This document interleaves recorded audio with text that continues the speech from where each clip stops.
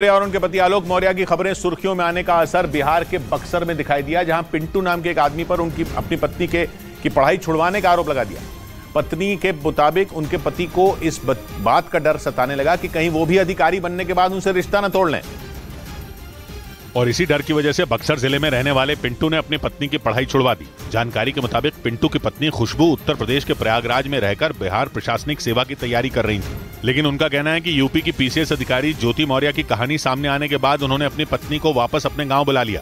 तो इस घटना से बहुत मैं आहत हूँ, इसलिए मैं आगे पढ़ा नहीं सकता। लेकिन पिंटू के इस रवैये से परेशान होकर उनकी पत्नी खुशबू थाने पहुंच गई।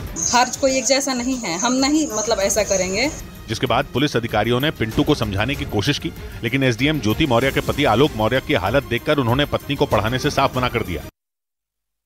प्रधानमंत्री नरेंद्र मोदी ने एक समान नागरिक संहिता का जिक्र कर देश में बड़ी बहस छेड़ दी है। यूनिफॉर्म सिविल कोड पर जहां केंद्र सरकार तैयारी कर रही है और इन सब के बीच विपक्ष भी लगातार सरकार से सवाल कर रहा है। विपक्ष का कहना है कि यूसीसी से पूर्वोत्तर की संस्कृति रीति रिवाजों पर असर पड़ेगा। इस पर केंद्रीय मंत्री एसपी सिंह बघेल ने न्यूज 18 इंडिया से बात करते हुए विपक्ष पर पलटवार किया। अभी विपक्ष ने तय कैसे कर लिया कि क्या आ रहा है। ये गांव में हमारे कहावत है कि सूत न कपास और जलाऊं में लट्ठम लट्ठा हो रहा है, तो केवल तुष्टीकरण के लिए ये इस प्रकार की बातें लोग कहते हैं। साथ ही एसपी सिंह बघेल ने कहा कि लॉ कमीशन ड्राफ्ट तैयार कर रहा है। लॉ कमीशन के चेयरमैन ने ये बात जब कहा गया धार्मिक लोगों से, अल्पसंख्यक समुदाय से, पॉलिटिकल पार्टी से, कि वो अपने सुझाव दें। लगभग 8 लाख सुझाव भी आए हैं जिसका अध्ययन किया जा रहा है। तो अभी से किसी भी प्रकार की कल्पना करना ठीक नहीं है। 17 महीने से ज्यादा वक्त से रूस के साथ जंग लड़ रहे यूक्रेन के राष्ट्रपति व्लादिमीर ज़ेलेंस्की ने दावा किया कि डर की वजह से वैगनर चीफ येवगेनी प्रिगोजिन जंग का मैदान छोड़कर भाग गए।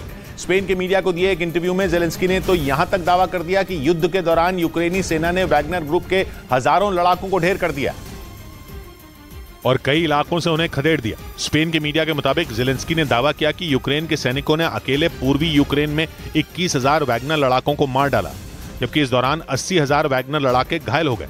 ज़ेलेंस्की ने यह तक कह दिया कि रूस की तरफ से हथियार मिलने में हो रही देरी की वजह से येवगेनी प्रिगोजिन ने पुतिन के खिलाफ बगावत की। प्रिगोजिन के मैदान छोड़ने के बाद बीते 18 महीने से जारी जंग में उन्होंने जीत का दावा किया और बताया कि पुतिन उन्हें मारना चाहते हैं, जबकि पूरी दुनिया पुतिन को मारना चाहती है। पश्चिमी मीडिया के मुताबिक वैगनर ग्रुप से बढ़ते खतरे को देखते हुए पोलैंड ने बेलारूस से लगी सीमा पर पुलिस वालों को तैनात कर दिया। पोलैंड पहले से ही रूस के सबसे भरोसेमंद दोस्त बेलारूस से परेशान है, क्योंकि पोलैंड के पड़ोसी देश बेलारूस में रूस की कई खतरनाक मिसाइलें तैनात हैं और उसे डर है कि यूक्रेन की मदद करने पर पुतिन आज नहीं तो कल उस पर भी हमला कर सकते हैं, क्योंकि अमेरिका और ब्रिटेन के बाद पोलैंड ही यूक्रेन का सबसे बड़ा मददगार देश है। पोलैंड पश्चिमी देशों और यूक्रेन के बीच सबसे अहम कड़ी है, क्योंकि उसकी सीमा यूक्रेन से लगी हुई है और अमेरिका समेत पश्चिमी देशों से यूक्रेन को मिलने वाली मिलिट्री मदद का रास्ता वहीं से होकर जाता है। और इस बीच बेलारूस में वैगनर ग्रुप के लड़ाकों की पहुंचने से पोलैंड की हालत और खराब हो गई।